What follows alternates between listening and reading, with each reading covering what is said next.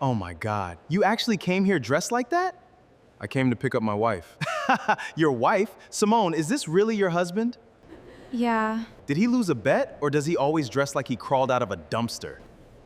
Simone, you're not gonna say anything? What they didn't know was that 9 hours earlier, I had signed the decision that could make or break their entire company, a $340 million redevelopment permit. And on Monday morning, they were going to find out exactly who they had humiliated. 9 hours later, I was standing in the same lobby in a pair of paint-stained coveralls, and a man named Adrian Cole knocked a bucket of demolition debris off a cart so it landed against my boots, called me filthy in front of a dozen of my wife's coworkers, and she stood close enough to touch me and said nothing at all. Nobody in that lobby knew what had happened 3 floors above their heads that morning. Nobody knew, because the only proof was a signature nobody was allowed to see yet. What happened when they found out was worth the wait. If that's the kind of story you come here for, subscribe, because this one's worth staying for. Also, let us know in the comments where you are watching from. I grew up watching my father climb scaffolding for a living, first as a laborer and eventually as a site supervisor, and I spent my 20s assuming I'd do the same kind of work, just with better tools and a state badge instead of a foreman's clipboard. I became a code inspector because I liked the specific discipline of it. Walking into a half-finished building and finding the one joint, the one wire run, the one stairwell rail that somebody had cut a corner on, and making them fix it before anyone's life depended on whether they had. I met Simone 9 years ago at a permitting hearing. Of all places, she was a junior project coordinator presenting drawings for a mixed-use development, and I was the inspector asking pointed questions about her firm's egress calculations. She stayed after the hearing to argue her numbers with me in the hallway, sharp and unbothered by the fact that I outranked her in the room, and I remember thinking I'd rather lose that argument to her than win it against anyone else. We married 2 years later in her mother's backyard in Charlotte, small, no board members, no permits, nobody asking either of us to disclose anything to anybody. I didn't marry a career. I married a woman who argued egress calculations in a hallway because she thought she was right, and for a long time that was exactly who she still was. I carried a version of my father's discipline into the marriage the same way I carried it into a job site, quietly, without needing anyone to notice it was there. I didn't tell people what the board seat meant, not because I thought it made me impressive, but because I'd watched enough people change around money and influence to know I wanted to be loved for the parts of me that showed up on a Tuesday with dust on my boots, not the parts that occasionally got mentioned in trade publications. Simone knew I sat on some kind of state advisory panel. She never asked for details, and I never volunteered them, which felt, for most of 9 years, like a reasonable version of privacy rather than the beginning of a problem. Simone made coffee most mornings the way she always had, black for her, cream and no sugar for me. And she set mine on the counter without looking up because after 9 years of marriage, she didn't need to look to know where my hand would be. It was a small thing, the kind of small thing that stops registering as tenderness after enough repetitions and just becomes the shape of a morning. Her phone buzzed while she was still at the machine. She glanced at it, and something in her face did the thing it had been doing for a few months whenever certain names lit up her screen, not guilt exactly, more like a door quietly closing behind her eyes. She took the phone into the other room to answer it, and I sat with my coffee and looked at hers, going cold on the counter. I should explain what I actually did for a living, because the explanation is the only thing that makes the rest of the day make sense instead of just sounding impossible. I was a structural and fire safety code inspector for the state, the kind of job that puts you in coveralls and steel-toed boots most days, walking scaffolding and half-finished stairwells looking for the things a building's own architects sometimes miss. 12 years into that work, the state had appointed me to something most people outside the industry never hear about, a 3-member licensing review board with final authority over major commercial redevelopment permits above a certain dollar threshold. The board's members were required by statute to remain anonymous to the public and to the applicant companies until a decision was finalized, specifically to prevent lobbying, and any board member with a direct financial or family connection to an applicant was required to recuse.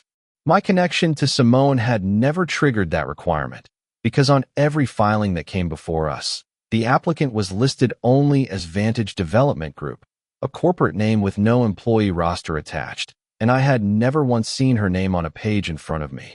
The filings we reviewed listed structural engineers, environmental consultants, and financing partners by firm, never by individual employee, and Vantage's paperwork had crossed my desk on and off for the better part of 2 years without a single name I recognized attached to it. I'd sat through 5 separate board sessions on different phases of that same redevelopment before Friday, listening to arguments about load calculations and displacement mitigation, without once connecting the entity in front of me to the building where my wife spent her days, because there was nothing on the page that would have told me to.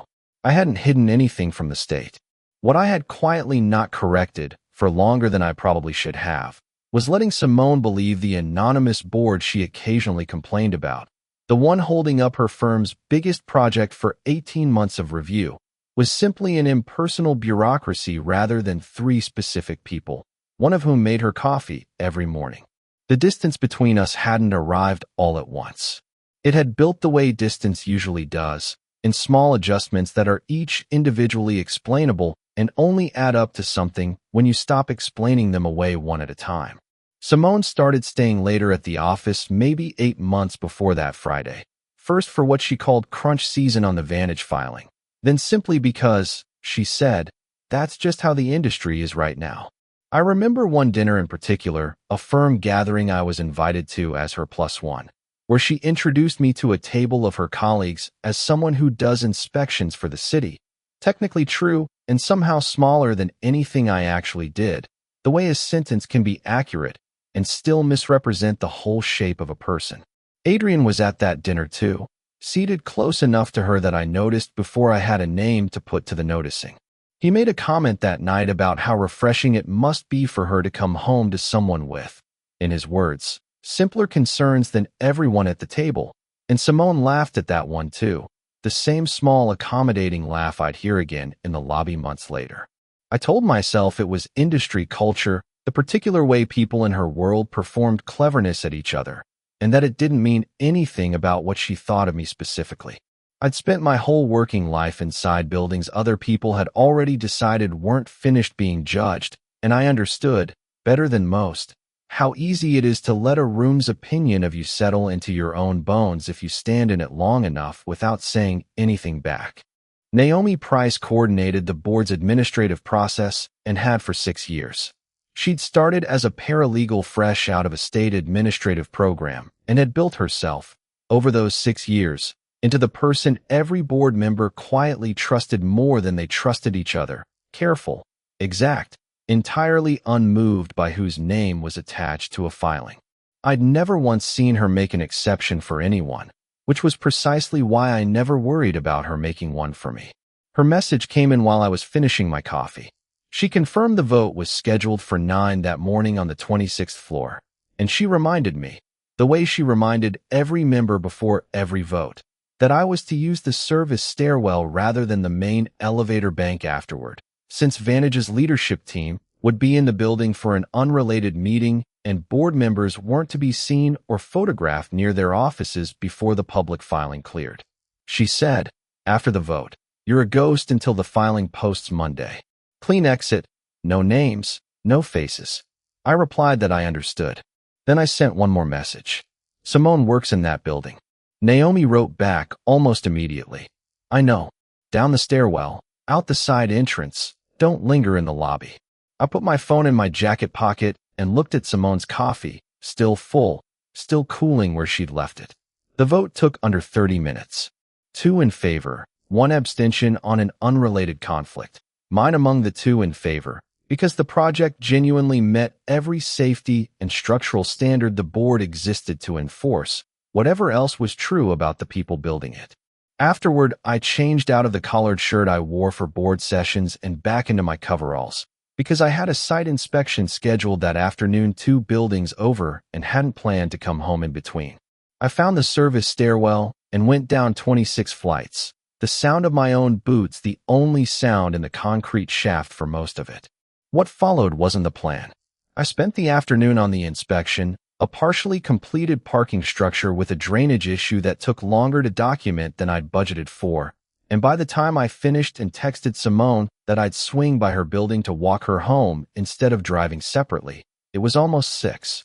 The vote and the lobby were 9 hours apart, not minutes, though they've compressed together in my memory the way significant days sometimes do when you look back at them from far enough away. I came into the Vantage lobby still in the coveralls, dust on the knees, a rolled set of blueprints under one arm, and saw Simone near the security desk with a small cluster of people I recognized mostly by shape rather than name. Adrian Cole I knew from description more than sight, a senior project director she mentioned with increasing frequency over the past several months, the way a name starts appearing in a marriage's daily conversation more often than it used to without anyone deciding that should happen. He was better looking than I'd pictured and carried himself like a man who'd never once doubted a room would find him charming. I raised a hand toward Simone. She saw me. Adrian saw me first and said something to the group about my coveralls, loud enough to carry, the kind of comment built to sound clever rather than cruel, so the people around him could laugh without feeling implicated. Simone laughed. It was small, quick, the kind of laugh that exists to smooth a moment over rather than to express anything, but it still handed Adrian's comment a kind of validation it wouldn't have had on its own. There was a maintenance cart near the seating area, the kind used to haul debris out during a renovation, and Adrian reached over without much apparent thought and tipped a bucket of drywall dust and scrap off the edge so it scattered against my boots. He said the word he said. More laughter followed, not from everyone. 2 people near the back of the cluster had the look of people who'd just watched something they weren't comfortable with and were deciding how loudly to object. But enough people laughed that it stopped being an awkward moment and became, briefly, an event. A security guard near the turnstiles watched the whole exchange without moving. The specific stillness of someone whose job doesn't include correcting the behavior of the tenants who sign the checks. Somewhere behind me, a phone camera turned toward us for a few seconds before whoever was holding it apparently decided better of it and lowered it again. I looked down at the dust on my boots. I measured the distance between where Simone stood and where I was standing. Under 2 meters, the kind of distance you cross without thinking when you want to reach someone. She didn't cross it. She looked at me with an expression trying hard to be neutral, the specific look of someone hoping the person on the receiving end will make it easy by not making anything of it. I made nothing of it. I said, "Ready when you are." She said she needed a few more minutes. I said I'd wait by the window. We left together 20 minutes later, got in a cab, and neither of us said much for several blocks. Then she said, "Sorry about Adrian. He doesn't mean anything by it. He's like that with everyone." I said, "I know." That was the end of that conversation, at least out loud. She came home later than usual that night. I'd left dinner for her with a note about heating times and sat at the table with a book I wasn't really reading. When she finally sat across from me, she ate while scrolling her phone, and I asked if she wanted to talk about the lobby. She asked which part. I said Adrian. The dust, the word he used. She said that's just Adrian. He's like that with everyone. Like she'd rehearsed the sentence earlier and was just retrieving it now. I said, "You laughed." She looked up. I said, "I'm not accusing you. I'm telling you what I noticed and asking you to help me understand it." She said it was uncomfortable and laughing felt easier than the alternative. I asked what the alternative would have been. She said, "Making it into something." I said, "You were close enough to touch me and you didn't say a word." She said she didn't know what I wanted from her right now. I said I wanted to know whether she thought what happened was acceptable. She said, "Obviously not." I asked why she hadn't said that in the moment. She said she was tired, that she'd think about it, that we could talk tomorrow. She went to bed.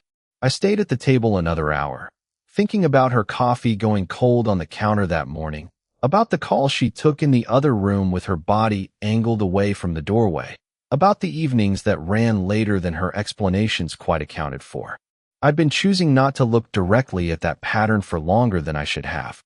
Saturday morning, I made coffee for both of us and waited. She sat across from me with the particular stillness of someone who'd spent the night arriving at conclusions she'd been circling for a while. I said I needed to ask her something directly and needed a direct answer. She said she was listening. I asked if something was happening with Adrian. The silence that followed was its own answer before she said anything at all. Then she said, "He's someone I can talk to." I said I was asking if it was more than that. She said, "I don't know what it is yet." I said, "That's an answer." She said she didn't think the marriage had been working for a long time, that she hadn't known how to say it, that Adrian paid attention to her in a way that it felt good when other things stopped feeling good. I asked if she'd considered saying any of that to me. She said she didn't think I'd noticed. I said, "I noticed. I just didn't ask." Sunday was quiet the way a house gets quiet when two people both know a conversation has started that hasn't finished. She went out in the afternoon and came back at a time that required the same generous interpretation I'd been extending for months. I didn't extend it. I registered what it was and set it aside for later. Monday morning, the board's decision posted publicly at 9, along with the mandatory disclosure of the 3 members who'd cast it, a formality required once any active lobbying risk had passed. I was at a site 2 counties over when my phone started buzzing with messages from people I hadn't heard from in years, colleagues, an old professor, a reporter who covered municipal permitting. The reporter wanted to comment on what she called the quiet architecture of power in municipal development, the fact that a handful of anonymous inspectors and engineers held more practical control over the city's skyline than most of its elected officials, and I told her, the same as I told everyone else that morning, that I had no comment beyond what the public filing already said. An old professor of mine sent a single line, "Saw your name today. Wish you'd mentioned it sooner," followed by a laughing emoji that felt more pointed than he probably intended. Simone's call came in a little after 10. She said, "The board chair on the Vantage filing. That's you." I said yes. She said, "You voted on my building." I said yes. She said, "The same Friday." I said yes. There was a long quiet on the line, the sound of someone rereading something to make sure they'd understood it correctly. Then she said, "You saw what happened in that lobby and said nothing." I said, "You also saw what happened and said nothing." The line went quiet again. I said, "I'm not putting those 2 things on the same scale. I'm saying there's a version of Friday where 2 people both witnessed something and both chose silence, and I think it's worth understanding what that says about both of us before we only look at one side of it." She wanted to meet in person. I suggested a coffee shop 2 blocks from her office, the kind of neutral ground neither of us had history in. She was already at a table by the window when I arrived, a coffee in front of her she hadn't touched. I ordered mine and sat across from her. She asked why I'd kept it from her. I said there were 2 reasons. The first was straightforward. The confidentiality requirement was statutory, not personal, and if I'd told her even in passing, that information would have existed in a context I couldn't control and could have exposed both of us to real consequences if it ever surfaced that a board member's spouse had advanced knowledge. She asked what the second reason was. I said I wanted to know who she was when she thought I had nothing meaningful attached to my name, whether she was choosing me or choosing the version of me she assumed I was. She asked what I'd found out. I said I'd learned some of it over the better part of a year. Friday just made the rest of it impossible to misread. She looked at her coffee for a while. Then she asked if I thought Friday would have gone differently if she'd known who I was walking into that lobby. I told her that wasn't my question to answer, it was hers. She was quiet, and then she said she thought it would have. She thought she would have said something to Adrian. I asked, because of who I am, or because of what I apparently have? She looked out the window at the street for a long moment before she looked back and said she genuinely wasn't sure, and that she knew that wasn't the answer I was hoping for. I told her it was the honest one, and honest was something I could work with. She asked whether I'd already decided how this ended before I walked into that coffee shop. I told her I hadn't decided anything, that I'd spent the weekend the same way she apparently had, sitting with information I didn't want to have and trying to figure out whether it changed what I already knew or only confirmed it. She asked which one it turned out to be. I told her I thought it was mostly confirmation, that Friday hadn't taught me anything about her I didn't already have some version of. It had just removed my ability to keep telling myself a kinder version of the same facts. She said there was something she wanted to tell me and didn't know how to say without it sounding like an excuse instead of what it actually was. I told her to try anyway. She said what happened with Adrian wasn't nothing, but she thought she'd been looking for someone who paid attention to her in a way our marriage had stopped doing at some point she couldn't precisely name, and she didn't know if it was fair to ask whose fault that was without it turning into scorekeeping. I said I wasn't interested in scorekeeping. She asked what I was interested in. I said, understanding what was real and what wasn't. She said she didn't think there was a version of our marriage both of us could keep living inside honestly, that we'd both been performing something for longer than either of us had named out loud, and that Friday had made that impossible to keep on saying. I told her I agreed. She said she was sorry. I told her I was too. We finished our coffee. I paid for both cups. We walked out onto the sidewalk together and then split, her back toward the office, me toward my truck, and that was most of what there was. Naomi called that afternoon. As part of the board's standard post-decision compliance review, she'd pulled the lobby security footage from Friday, a routine step whenever a member's personal conduct near an applicant's premises came under any kind of question, and the footage had picked up the whole incident, the cart, the bucket, the word Adrian used, all of it time-stamped and clear.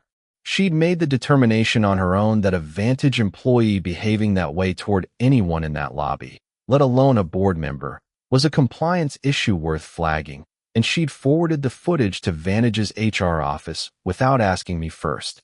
When she told me, I said she should have checked with me. She said she knew, but that I would have told her to let it go, and letting it go would have been the wrong call professionally, even if it felt like the right one personally. I told her that was exactly why she was good at this job. Adrian received a formal notice from Vantage's compliance office the following week. I didn't follow what happened to him after that. I know Simone stayed at the firm for at least another year, because Naomi mentioned it once in passing, and I didn't ask for more than that. We filed for divorce in the fall, and it was finalized the following spring, 6 months, which is close to the ordinary timeline when the goal is clarity rather than a fight. The Vantage project moved forward on its own schedule after that, managed by people who never needed to think about me again. The division of things was straightforward in the way it tends to be when neither person is fighting to keep the other from moving forward. She kept the condo near her office, which had always suited her commute more than mine. I moved into a smaller place closer to the sites I worked most often, unremarkable, functional, the kind of apartment nobody would guess belonged to someone who'd once sat on a board deciding the fate of a $340 million development. Neither of us hired the kind of attorney who turns a separation into a campaign. We split what needed splitting and signed what needed signing, and by spring it was finished in the plain administrative sense that these things eventually become finished, paperwork filed, names updated, a marriage converted into a folder in 2 separate filing cabinets.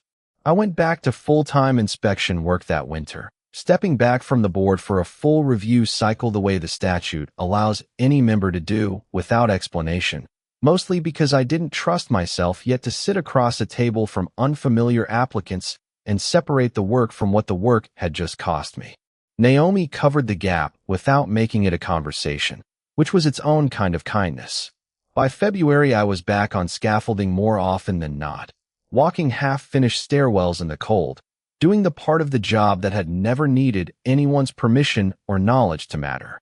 I found I didn't mind the anonymity of it the way I might have expected to. There was something steadying about being, once again, simply the man in coveralls checking a railing, with no one in the building aware of anything else I might be. A few weeks after the divorce closed, I was going through a box of things that had gotten shuffled into storage during the move, and I found the coveralls from that Friday, still balled up in a plastic bag where I'd shoved them, the dust stains still visible across one knee. I looked at it for a while. Then I threw it in the wash, not because it meant anything in particular, just because they were a good pair of coveralls, and there wasn't a reason to throw something out before you try to get it clean. There's something I keep coming back to about that day, and it isn't the bucket or Adrian or even the board vote. It's the stairwell, 26 flights of unfinished concrete and emergency lighting, the sound of my own boots, the only company I had going down. I walked that stairwell as a state inspector doing his job that morning, and I walked into that lobby that evening as a husband, in the same coveralls I wear every other day of my working life. And the lobby told me something about my marriage I'd been arranging not to see clearly for longer than I wanted to admit.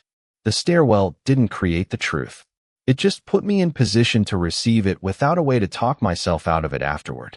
Most of us are already sitting on information about someone we love, information we've been quietly interpreting in the kindest possible light, because the honest reading would require us to change something we're not ready to change yet. The lobby wasn't a revelation. It was the moment a pattern I already half knew stopped being deniable. I still do the work. I'm back on the board now, 3 cycles later, still riding service stairwells down after votes, still arriving at whatever room comes next in whatever clothes I happen to be wearing that day. I don't know if I'll ever fully separate the ordinary humility of that job from what it cost me to learn what it revealed. I've stopped trying to separate them. Some lessons only arrive dressed exactly the way this one did, in coveralls, with dust on the knees, at the end of an ordinary Friday. I don't think the lesson is to expect the worst from the people you love. I think the lesson is that how someone treats you when they believe there's nothing riding on it is some of the clearest information you will ever get about who they actually are. If this story stayed with you, subscribe. New ones go up every week. And if you know somebody who's been extending the generous interpretation of a situation past the point where it's honest, send them this. Sometimes the only thing a person needs to hear is, you already know. You've known for a while. The only real question left is what you're going to do with it.